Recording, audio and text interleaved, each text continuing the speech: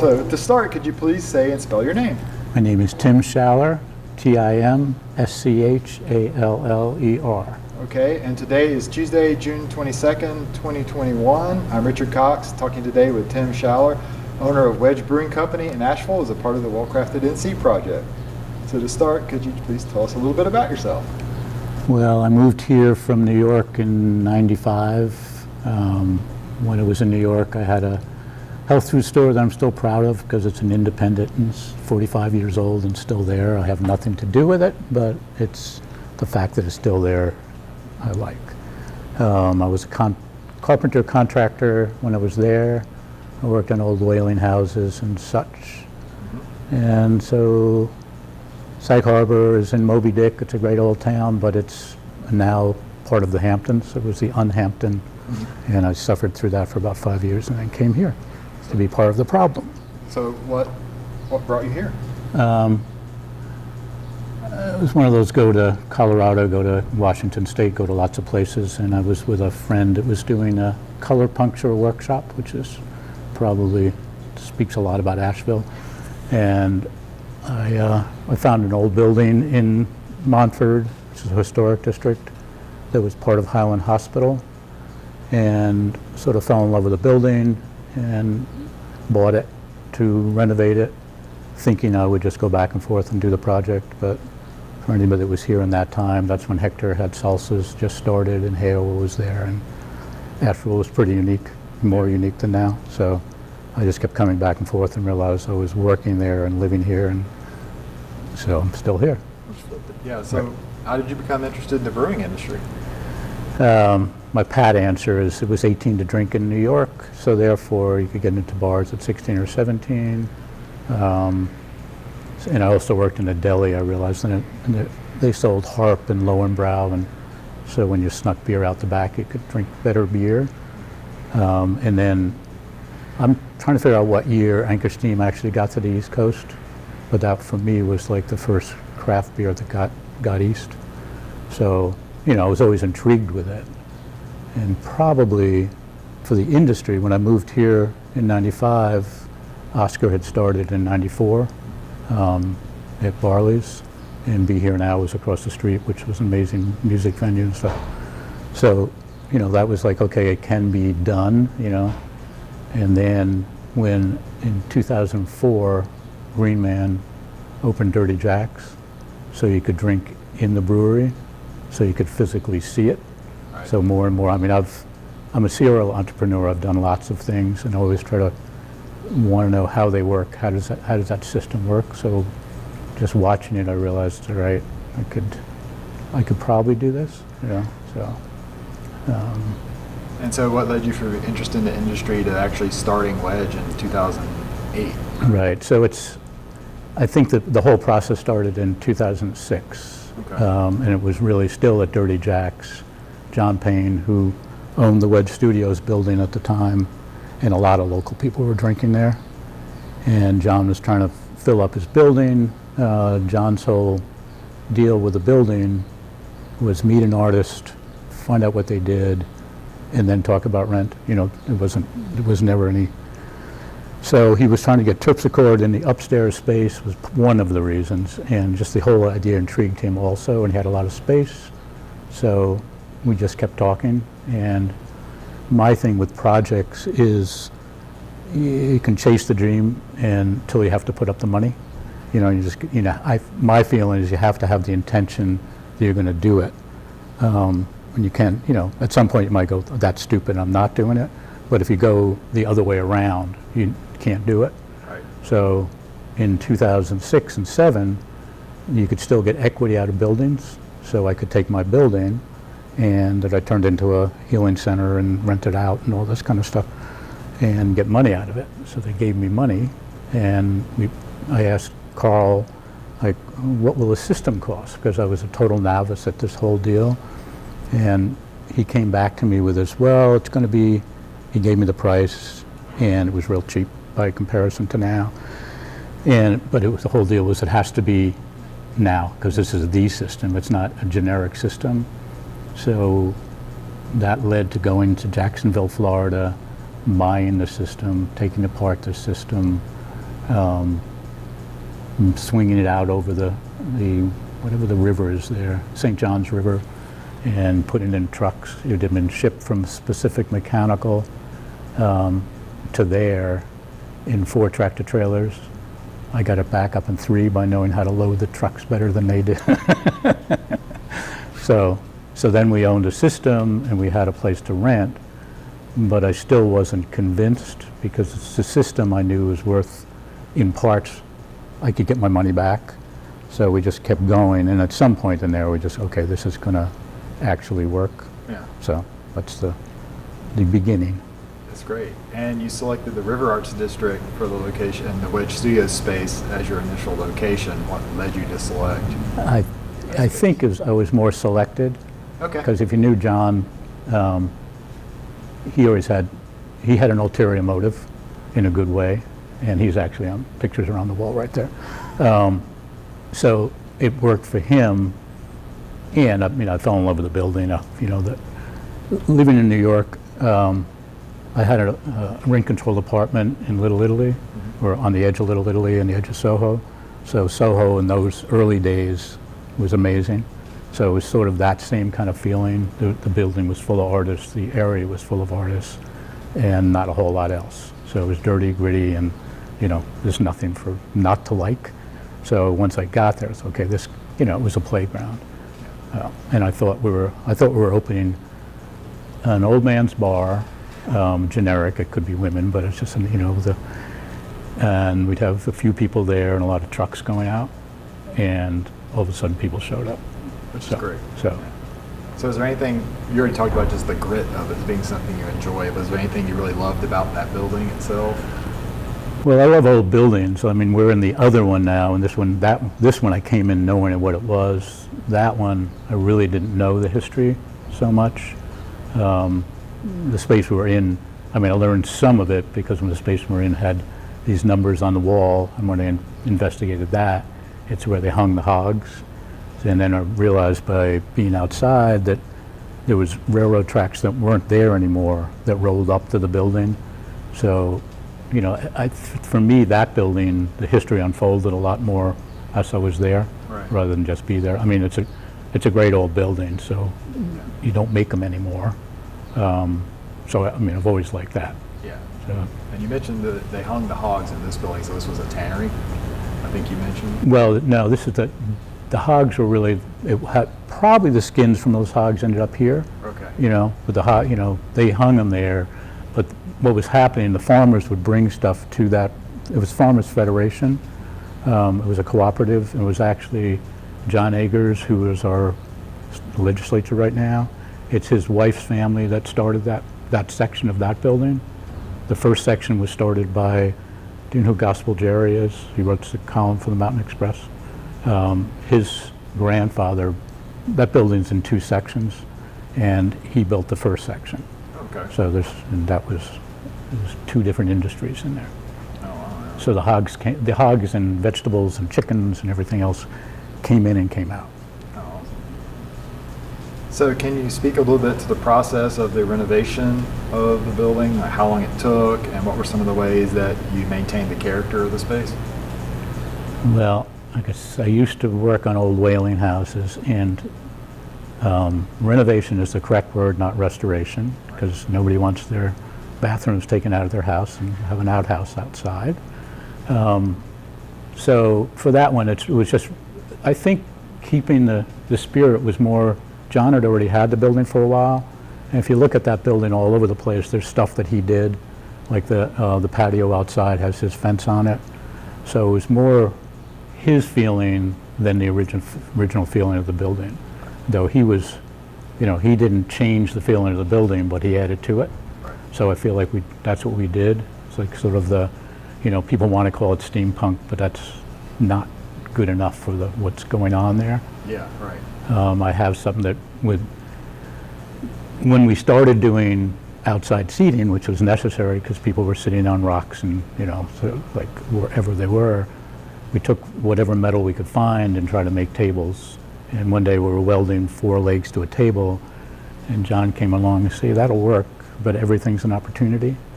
So that's more of what we've tried to stick to, or I've tried to stick to, is rather than rush through it, will you be proud of this later? So. Right. It sounds like your history as a carpenter is playing into a lot of. Yeah, I know how to what do. You just said. I know how to do stuff. I don't know how to weld, but I know how people tell them what to do. Which is important. Right. Did you, along the way, work with any preservation societies? Nope. Just you? Yep. No, I did a lot of renovations in Montford, and so I have a different take on the Preservation Society here. Mm-hmm. I'll go no further. That's a fair Not the Preservation Society, they're good. No, it's a different governmental thing, and I'm not anti-government. Absolutely. So, how did you think about the space as you were creating it? Did you have a particular goal for the feeling or vibe of the space? I probably almost just answered that, but my thing is each moment you can follow what should happen next in a way, if you can go back to it. So, yeah, to not tremendously change it, and to lean into what you got. I mean, we did. If you've been in the bar, there's a big window that looks at the patio. That window wasn't there, so we physically cut that out, put steel in there. But hopefully, it still looks like it was already there. So to try to do that. Yeah. So it sounds like one of your goals was actually honor the history of the space itself while you're working on it. Yep. And were there any particular challenges you faced when you were first opening Wedge? Well, the first one is, money. You think you have enough money. You don't have enough money to buy a system. So luckily, Dirty Jack's had a good crew of people that hung out there.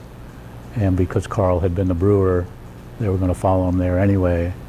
So it was fairly easy to raise some money. Mm-hmm. So that was, challenging, the legal parts. I give credit to Doug Riley at Asheville Brewing, because I didn't know Mike yet. So, just going through all like I say, I feel like I can always figure out systems, but, sometimes it's better to ask somebody who's been through it, and he was totally forthcoming. And the biggest challenge is when on the dock over there's a roof that you sit under. The railroad owns everything up to the building, including the dock. Okay. So to get that dock, I had to work out a lease with the railroad, which was fairly difficult, and so that it could build the roof. So, but in order to physically do the roof, I had to take down all these wires and all this crap that had been there forever. So I leaned a ladder up against it, fell, crushed this wrist, crushed a vertebrae. So for 6 months I was walking around with a plastic shell and a t-shirt, sweating and nasty. So that was a challenge. And trying to open a business. Wow. And try to sell beer, walking around town, not being able to lift anything, with a growler and pour and buy my beer, looking like some kind of geek. But you got it done. Right, so. Right. So since you initially opened that initial location in the Arch District, how has Wedge grown since that time? Well, I mean, over there it grew every year. Just the numbers got bigger. I had to work out enough bathrooms for people using the old freight elevator and stuff like that. But so that part was good, healthy growth, which allowed us to just make beer and not worry about it. Money was coming in, not really have to think much. But this opportunity came around in 17, so was the next growth thing. So having a second location and realizing the real estate values here had made it harder to do events, and the need for events allowed us to do a place with events. Over there, you can squeeze in 40 people inside, and so that was the growth, was to come over here. Okay. And what would you say your role as owner is? Presently? Yeah, so what do you do? Right, yeah. Sort of godfather, mentor,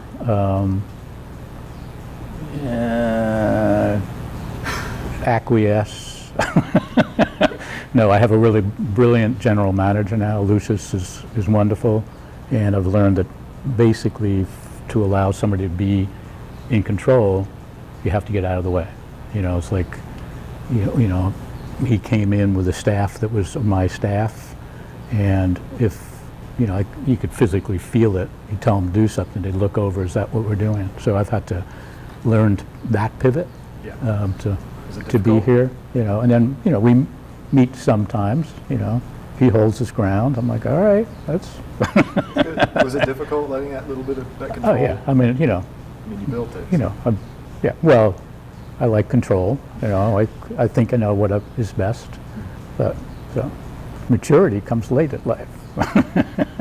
Yes. How would you describe your average week? You can compare then to now if you like. I'm here 5 to 6 days a week, but it doesn't have to be, I can go home and take a nap in the middle of the day.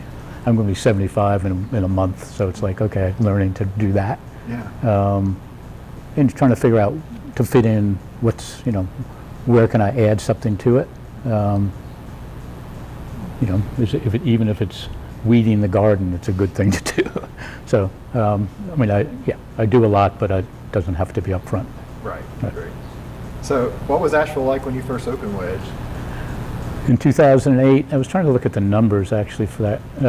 Asheville's really only grown like 10% since then, but it's a whole lot different. It was just a whole lot more intense, a lot busier.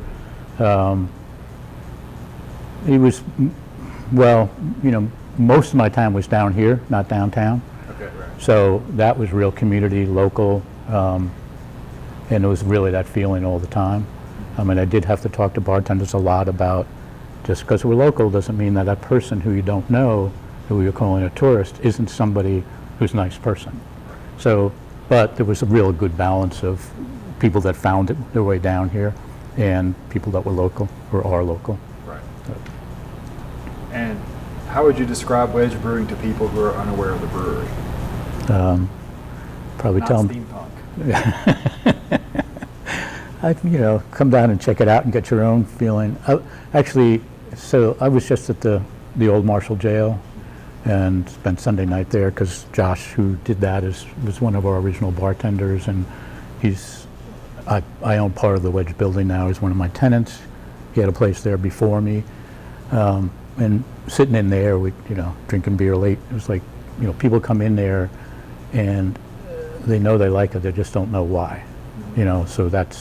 So really it is about coming down there and getting your own feel for it. Yeah. I mean, I can brag about we have great beer, so it's enough reason to come down.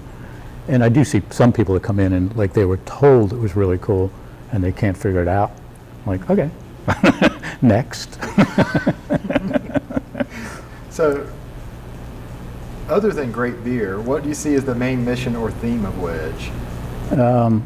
It's to respect the artist community that accepted us here. And actually behind me is Julianne Brewster's.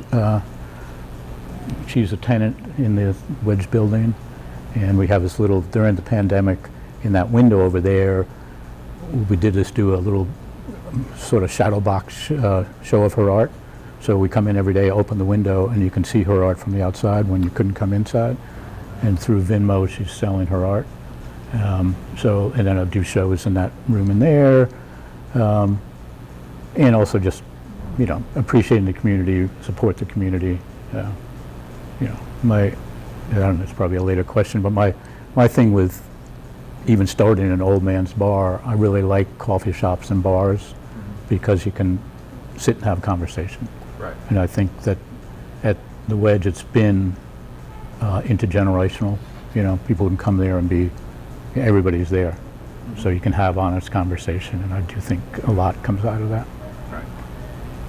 So, in art, and I think you just sort of got into this where the Arts District and South Slope, for example, is a completely different neighborhood with a different vibe altogether. Yeah, South Slope was named and created to be that way. The River Arts District was named by the artists, and I didn't always get along with Jonas Gerard, but he would always say, don't say RAD, say River Arts District, because, people from out of town would come to the RAD and no, it's the Arts District, that happens to be by the dirty river. Right. So how would you describe your locations and spaces? Well, they're both the same industrial, here it's obviously, the graffiti was here before us. Unique is probably the word, but I mean, that's easy for anybody to do. Sort of back to what I was saying, you really have to come here to experience it, but, I'm pretty proud of the creation, that's all I can, Yeah. And, we do pay homage to John, maybe more than, so yeah, it's just staying in the feeling of what this place was and is. And it's tricky because you can try to do things right, and is it marketing or is it just this is what you want to do? Right. So I'm always like, all right, I do it right and it works out. Yeah. So 2020 was a year of challenges for the brewing industry due to COVID-19 pandemic. How did you all approach these challenges, and do you see the decisions that you've made affecting the business model in the future? Right. That's a long question. It is a long I think the first part was shock, Yeah. I was right here when we made the decision, okay, we got to close. So the classic was I had a phone that had a crack on it, right? So at the beginning, because they didn't tell us it was airborne, everybody was wiping everything. So because I'm old, my bartenders need to take care of me.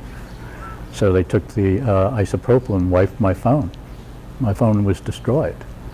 So then I was at a place where I couldn't go to Verizon and get a new phone. So I was like, it was kind of great. It was like 6 weeks of no phone, but it wasn't. I mean, I had to communicate with the government and get PPP and blah, blah, blah.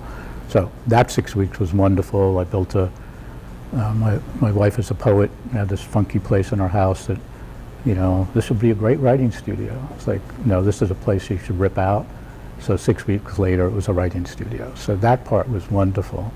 But then, we sort of came up for air, and we just figured out how to sell out that window, figured out how to deliver real fast. We had a small crew that really pivoted wonderfully and just kept adapting. We had some people who didn't like it, didn't like the change. So we've had a few personality changes, which it's a bad joke, but you know why divorce is so expensive? Because it's worth it. So we lost a couple of people and moved on. So, we've done a lot of changes, a lot of pivoting, and we've gotten to a really good place. I mean, that's what we're doing now. I mean, it's also because Lucius, so that's when he was already here, but he stepped up big time. He's a numbers person. I'm really like, as much as I can hold here, as I get older, it's like, can't hold all that. So, spreadsheets, all that, we never did that. So really we've adapted to, okay, what we need. The interesting issue of the moment is we went from 60% for 12 months or whatever it was to April, this is compared to 19, to about 105 or 110%. So if you're running the business smarter, which we were, you're making less beer. So now it's like, where's the beer? Oh, right. So now it's the new challenge is to crank up brewing. So, which luckily you've done in the past. Right. So, yeah. Right. So we will actually be buying some tanks and all that stuff too. So. Great. Yep. So what role do you feel breweries such as Wedge have played in the changes in Asheville? Well, I was president of the ABA when Beer City came in, and I was, and when, Ken Grossman came in, and when New Belgium came in. So there was a lot of obviously tourist and economic growth from that. The early times, I feel like I said already, a place for people to meet and, intermingle and talk about what they want Asheville to be and all that. But obviously, it's increased the tourism. For good or bad, it's definitely increased it. How we adapt to that is important going forward, but yeah. Great. So what are some examples of the types of community engagement work that you all done? We've done it forever. So Mike Sewell, who has Asheville on Bikes, was also an early bartender. So we were lucky enough to have every one of, the Asheville on Bikes thing for a while. Actually, we took him away from Andy at French Broad, and he's no longer with them, but he's still my friend. We've worked with Greenworks. We've worked with the Riverkeeper. Actually, I'm on the board of BizWorks, so they use this place here. We've done all the fundraisers for Just Economics, which is getting more important here. So it's, we've always had the space to do it, and now we have that room to do it. And, it actually works out because it brings people. So it's not a, it's not a detriment, but it feels great. Yeah. Other than the addition of more tanks, how do you see Wedge growing in the future? Well, we've just announced a couple of weeks ago we're going down to the arcade, with the Grove Arcade, and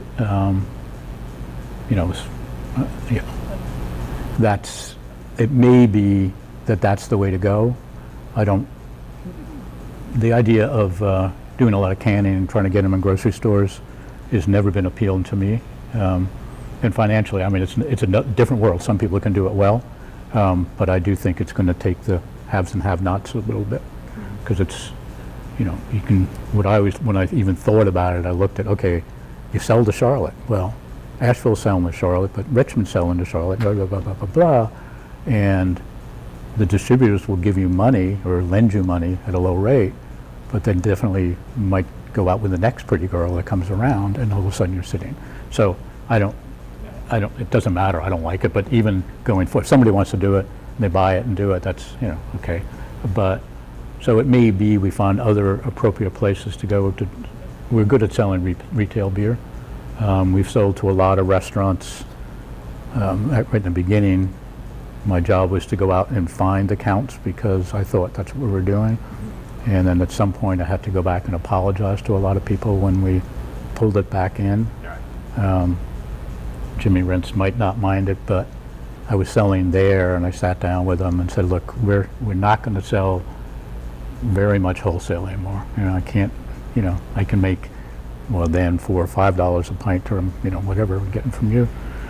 And he was like, I said, you've started me going, because at that time Barley's was the kingmaker if you get there, and I knew his wife before I knew Jimmy. And it's like, I met him at Lowe's. He said, when you're ready, come down, blah, blah, blah.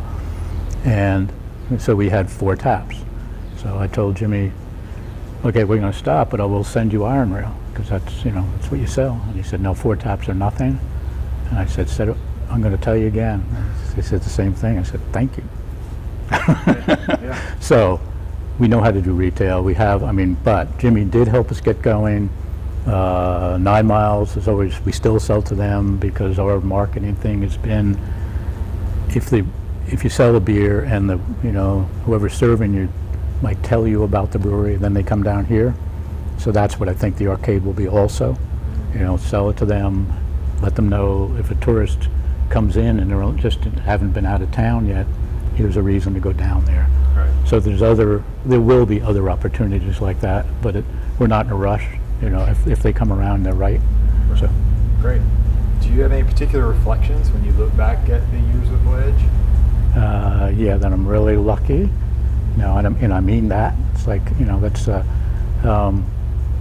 in the moment you do it, and then all of a sudden it's like, you got a community, you got friends, the fact that you're interviewing me is quite absurd. It's like, I used to be a carpenter, and my mind was the same. I was, knew lots of really smart stuff, but you wouldn't have interviewed me. So that's crazy. So, just, it also, it's given me another sense of purpose, so I started it when I was 60. So that's, so, I just played golf with a friend of mine who I've known from New York for 40 years, and he's not working. He's not so smart no more. They slow down. So what is it like to work in the craft brewing industry today? Well, compared to when we started, it was a much smaller. When Sierra came in, there was like 8 of us or 9 of us, I guess, with Craggy, and they flew us out to Chico and all that. And a plane ride with friends, and a pretty amazing couple of weeks with friends. And it's a much bigger group now. So, it's actually, it's a lot more business than it was, before. I'm glad to be in it. Well, we've had to pivot and make beers that we don't make those kind of beers. Oh, yes, we do. We listen to the patrons and all that kind of stuff. So it's different, but it's still good. I mean, it's not compared to a lot of things. I couldn't be banging nails at 75. Thank you very much. So, where do you see the brewing industry going in the next 3 to 5 years? Yeah, it's interesting. I feel like we replaced, like I say, my drinking in New York at 18, it was old man's bars and things I like. So breweries have obviously replaced that everywhere, and now it's even to the larger scale, even replacing the Magnolias that used to be downtown and the big bars, are suddenly breweries. So that's, I don't know. I mean, I can, we're doing an alcohol seltzer, but we're using herbs and stuff from a local farmer rather than just put a grapefruit in there. But I do think sort of taking that all in will be part of it, manufacturing the product. There probably will everybody survive, or will they be bought up by somebody or just go away? Hopefully there's still the Zebulons of the world out there, small, really creative places. That Mike he wanted to brew for us in the beginning, and he went to Green Man because we didn't have space. But I hope that still exists, because I know there's some people that really know that they're going to grow, and that's what they want to do. I don't know. Yeah. No, I don't have to worry about it either. Is there anything you see unique about North Carolina beer? I think that you probably don't have it's new. The whole industry here, the Southern beer is new. Right. So I think it's still finding its way. So I think there's a lot of trial and error, doing stuff, trying to find an identity.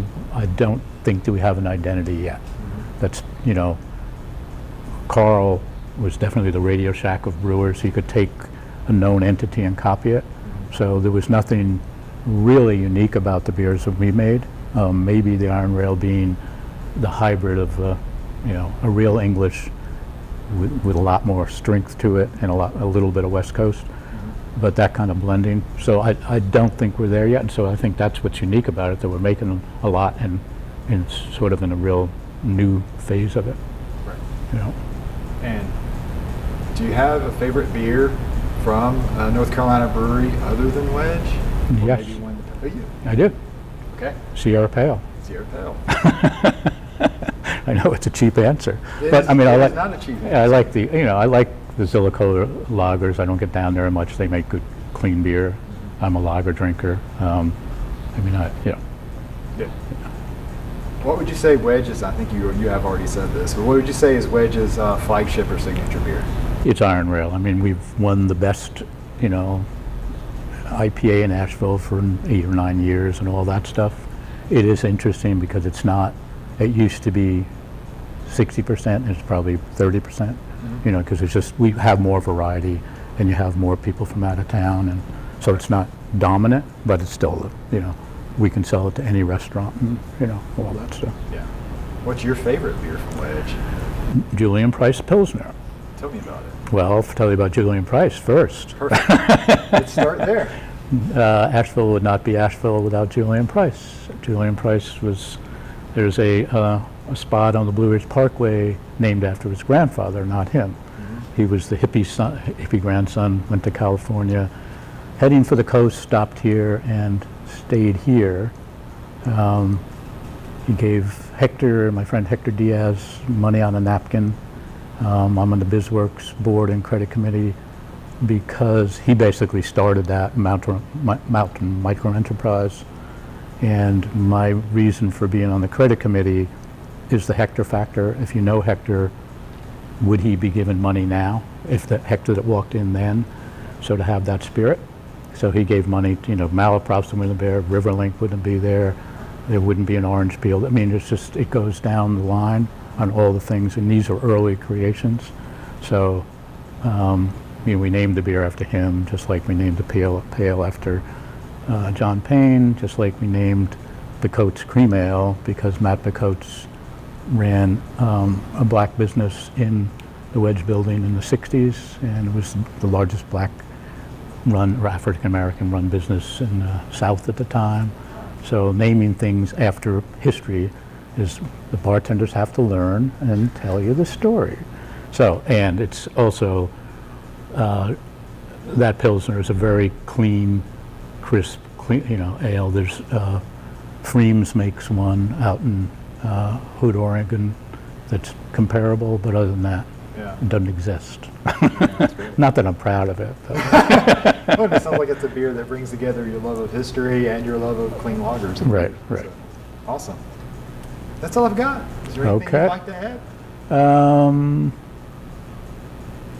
I don't know. No, I don't think so. Okay, I mean, great. we didn't talk about this building. Tell me about this building. Well, this building, we're sitting in the foundation location, which we started 4 years ago.